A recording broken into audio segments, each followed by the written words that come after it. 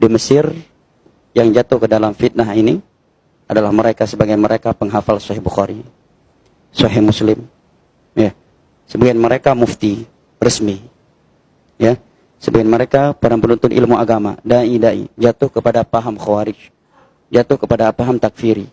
Bahkan sebagian mereka dahulunya memperingatkan manusia dari bahayanya paham Khawarij, paham takfiri. Malah hari-hari ini dia salah satu dai yang menyuruh kepada pemahaman ini. Dikarenakan syubhat. Ya. Itulah yang namanya syubhat. Bahkan di masa tabi'in ada seorang ulama hadis yang bernama Imran bin Hittan. Ahli hadis di masa tabi'in. Ya. Ulama hadis menghafal puluhan ribu hadis. Dan namanya masih ada dalam Sahih Bukhari. Dan hadis-hadisnya dalam Sahih Bukhari itu sebelum ia menyimpang.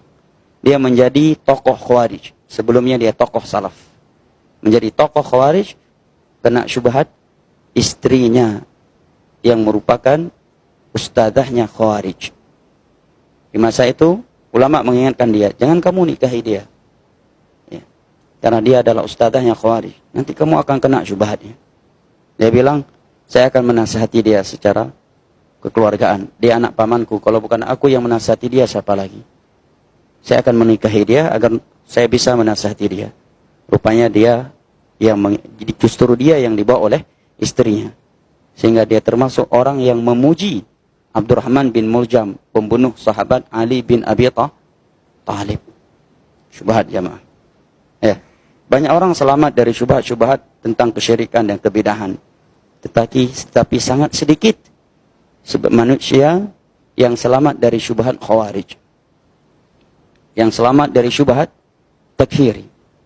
Terkadang kita terkejut dan sedih melihat terkadang ada seorang berpenampilan sunnah Masya Allah, anti syirik luar biasa, anti bid'ah juga luar biasa, TBC 100%, anti TBC, ya, anti TBC. Begitu berbicara masalah penguasa, rupanya dia adalah Khawarij.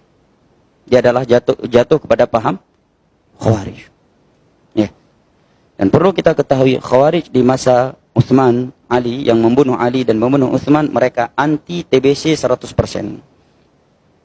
Ya, mereka anti TBC.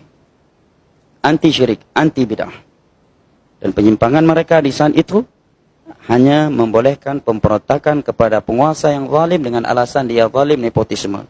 Langsung para ulama salaf menulis kitab-kitab salaf, mereka bukan dari sunnah. Mereka bukan pengikut salaf. Cuma itu kekeliruan mereka. Ya. Dan syubhat ini sangat bahaya. Ya. Betapa anak-anak muda melakukan bom bunuh diri.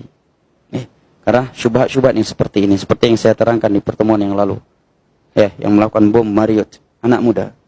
Muadzin di sebuah masjid. Sering nyapu di masjid. Ya.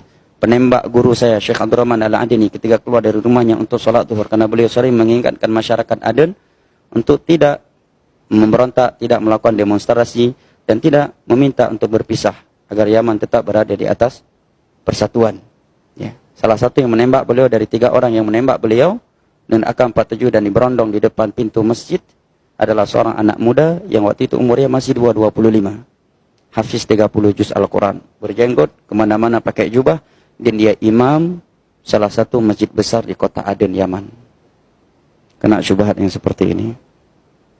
Jangankan itu. Mereka yang membunuh Ali, ahli salat tahajud, ahli puasa Daud, penghafal Al-Quran. Dan mereka mengharap surga Allah dengan membunuh Utsman dan Ali. Kenapa jamaah? Karena syubhat. Ya, di masa itu bisa dikatakan mungkin notabene mereka murni karena kena syubhat, bukan ingin mendapatkan kedudukan, bukan karena politik. Mungkin bisa dikatakan seperti itu.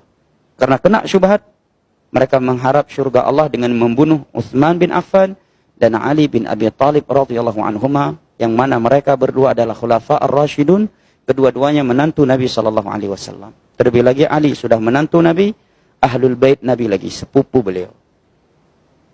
Karena syubhat.